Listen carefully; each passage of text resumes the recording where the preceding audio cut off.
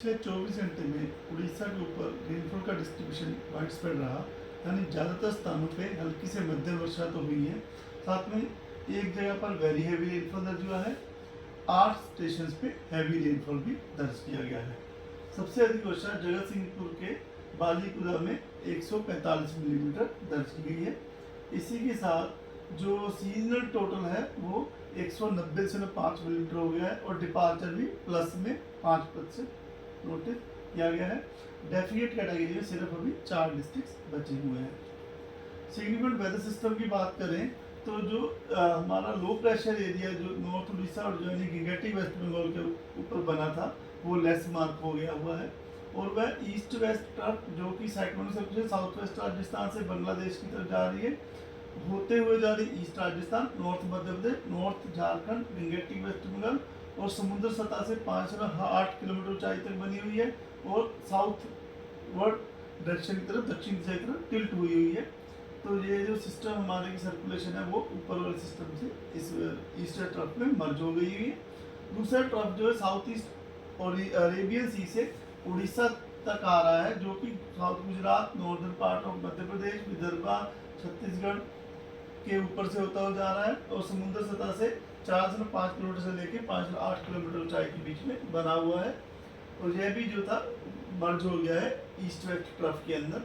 तो एक फ्रेश जो सर्कुलेशन जो है अपर एयर साइक्लोनिक सर्कुलेशन जो डेवलप होने वाली है नॉर्थ बे ऑफ बंगाल और एडजॉइनिंग कोस्टल बांग्लादेश और वेस्ट बंगाल रीजन के ऊपर 29 जून के आसपास, उसके प्रभाव में अगले 29 जून के सब्सिक्वेंट 24 आवर में हम एक्सपेक्ट कर रहे हैं कि एक लो प्रेशर एरिया बनने की संभावना है, जिससे कि उड़ीसा के ऊपर जो है रेनफॉल की गतिविधियां बढ़ सकती हैं।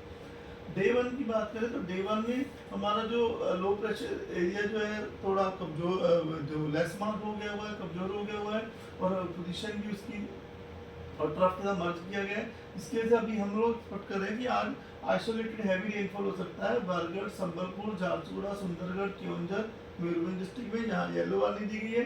उसके अलावा हमारा north Orissa, south west Orissa में आइसोलेटेड प्लेसेस में thunderstorm with lightning gusty 30 to 40 की भी रह सकती है, इसके लिए येलो वार्निंग दी गई है।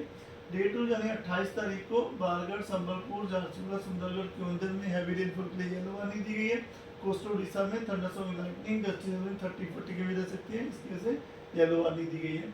डिस्ट्रीब्यूशन की बात करें तो जो नॉर्थ उड़ीसा में फेलियर डिस्ट्रीब्यूशन रह सकता है, साउथ उड़ीसा में स्कैटर रेनफॉल डिस्ट्रीब्यूशन रह सकता है। डे 3 29 तारीख को सुंदरगढ़, केओंझर, मयूरभंज, बालासोर, भद्रक में आइसोलेटेड हैवी रेनफॉल की येलो वार्निंग दी जाती है। 30 तारीख को हम एक्सपेक्ट कर रहे हैं लो प्रेशर बनने की वजह से जो है जो उड़ीसा के ऊपर वाइड स्प्रेड रेनफॉल डिस्ट्रीब्यूशन हो जाने की संभावना है, और जो मयूरभंज, केओंझर, जाजपुर इन डिस्ट्रिक्ट में वेरी हैवी आइसोलेटेड प्लेस में heavy to very heavy rainfall यानी 12 सेंटीमीटर से 20 सेंटीमीटर रेनफॉल तक होने की संभावना है, जिसकी वजह से ऑरेंज वार्निंग दी जाती है।